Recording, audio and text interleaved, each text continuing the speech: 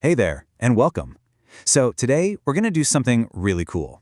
We're cracking the code on what might be one of the trickiest parts of English, those pesky irregular verbs. But forget just memorizing endless lists. Think of this as a system, a set of secret patterns that, once you see them, are going to completely change the way you learn. Let's get right into it. You know that feeling, right? When you're looking at a list of irregular verbs and it just feels like complete and utter chaos. Like they were designed just to be confusing? Well, if you've ever felt that way, you are definitely not alone. But what if I told you there's a hidden logic to all of it, a much simpler way to see the patterns? Okay, so let's just break down the basic difference here. On one hand, you have regular verbs like walk. They're a piece of cake. Just add ed. Walk, walked, walked. So simple, so predictable. But then you run into irregular verbs like speak, where the word completely changes. Speak, spoke, spoken. It feels random, but is it really? Here's the big idea for today. What if I told you that most of these so-called irregular verbs actually follow a few secret patterns? And once you learn those patterns, you can stop just memorizing and you can start understanding. So today, that's what we're going to do. We're going to crack the code together. So, here's our game plan. We'll start with the absolute basics, so we're all on the same page.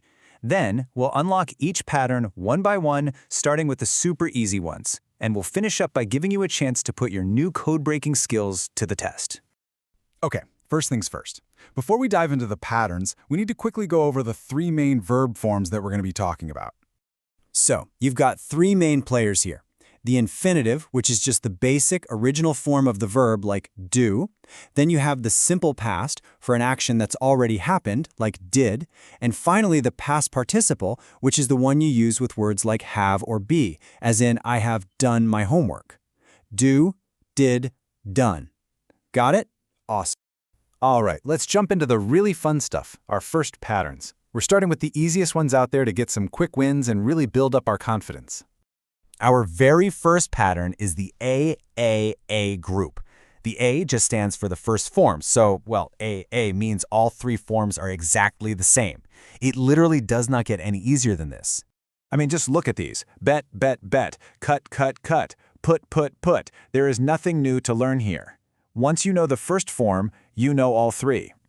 Think of these as the absolute freebies of the irregular verb world. Okay, next up is the ABA pattern. With this one, the middle form, the simple past, is different, but then the third form, the past participle, just bounces right back to the original. The verb returns. Check this out. Take the verb come. It changes to came in the past, and then, bam, it comes right back to come for the participle. Same thing goes for become and run. There are only a few verbs in this ABA group, which makes it another really quick one to master. All right, now it's time for the main event. This next group, the ABB pattern, has the largest number of common irregular verbs. Seriously, mastering this one is a massive step forward. And the rule here is actually super simple. The second and third forms, the simple past and the past participle, are exactly the same. So that means you only have to learn one new word for each verb. Just look at these super common verbs. Buy, bought, bought. Feel, felt, felt. Teach, taught, taught. You can see that pattern so clearly, right? Once you learn bought, you're all set. You've got both past forms covered. This is just an incredibly efficient way to learn. And the list just goes on and on. Verbs like make, have, and tell, words you probably use every single day, they all follow this convenient ABB pattern. So what does that mean? It means this one single pattern is your key to unlocking a huge portion of all irregular verbs. Okay, now we're getting to the groups that feel a little bit more, well, wild. These are the ones that give irregular verbs their tricky reputation. But don't worry, even here we can find some order in the chaos. This is the classic ABC pattern. And as you can probably guess, it means all three forms, the infinitive, simple past, and past participle, are completely different from each other.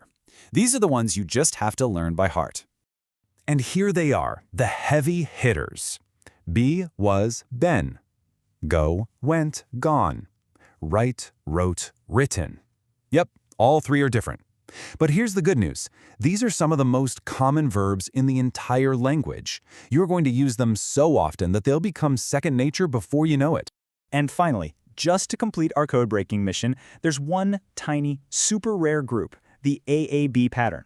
Here, the infinitive and the simple past are the same, but the past participle is different. The main example you really need to know is beat, beat, beaten. And that's pretty much it. So, we've done it. We've cracked the code, we've laid out the whole system. But knowing something isn't the same as being able to use it, right? So now it is your turn to make all this knowledge really stick. You've seen the patterns, you've cracked the code, now comes the most important part of all, putting it into practice so it becomes permanent. Are you ready for this? Let's do it. It's super simple. Step 1, just pick one verb from any of the groups we talked about today. Step 2, write your own sentence using it. And step 3, and this is a big one, share that sentence in the comments. This is the absolute best way to go from just knowing to actually doing. And this, right here, is the key takeaway. Remember this. You're not mindlessly memorizing a giant, scary list anymore. You are learning a logical system, which makes the entire process faster, easier, and honestly, a lot more fun. Before you go, I've got a question for you. Which of these patterns was your biggest aha moment? Was it the awesome simplicity of the AA group, or was it finally seeing the logic behind that huge ABB group? Share your thoughts down in the comments. I'd love to hear about it. Happy learning!